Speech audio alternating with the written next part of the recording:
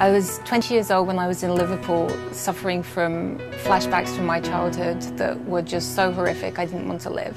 I was ready to commit suicide, and I didn't feel like I had an alternative. Then one day I was watching TV and a talk show called The Lisa Show came on, hosted by Lisa Gibbons.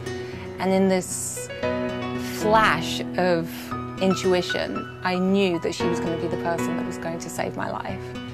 And 2 weeks later, with a change of clothes in a backpack, 5 days worth of money, and not a word to anyone, I was on a plane to Los Angeles to find her.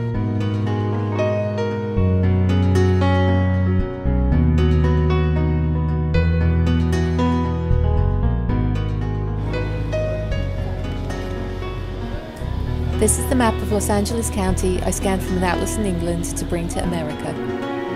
All I knew about the show was Paramount Pictures Corporation and NBC, but I had no idea what NBC was. I had no idea at that time that it was actually a TV station. I ended up in a hostel in Venice Beach where I could work for free accommodation. I didn't really have another point of reference for America. That was my reality, that was my first experience.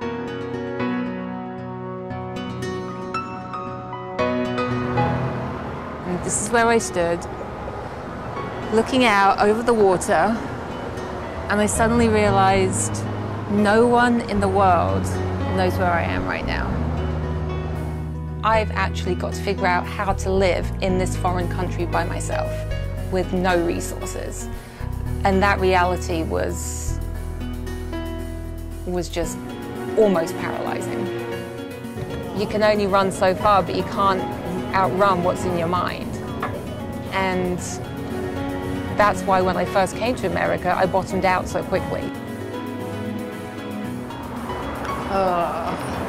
Like that was one of the toilets that I lay down on the floor next to, right by the toilet bowl. The homeless person that was in the stall next to me, I thought, well, if they can be in there, then this is the place where I can sleep.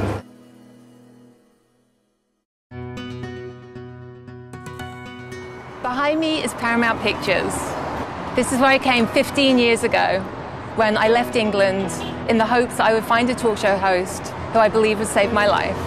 And here I am today, standing with that talk show host, Lisa Gibbons, who did, in fact, in my opinion, save my life. When I stand here looking at you, gorgeous, confident, this beautiful, empowered spirit, and I think back to that kid that arrived at the show, looking like Harry Potter, and not this girl. That inspires me to believe who you were yesterday is not who you have to be tomorrow.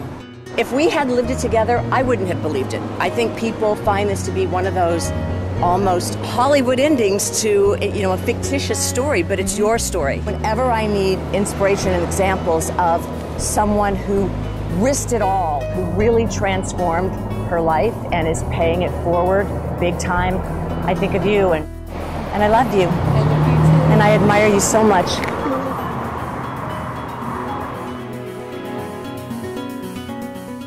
The reason why I wanted to write The Slingshot Effect was because so many people in my life have said to me, I can't believe you were the person you're describing 15 years ago. If I can write this book and people can see where I was and where I am today, maybe I can make a difference in someone else's life for them to believe in themselves that they can get through whatever they're going through.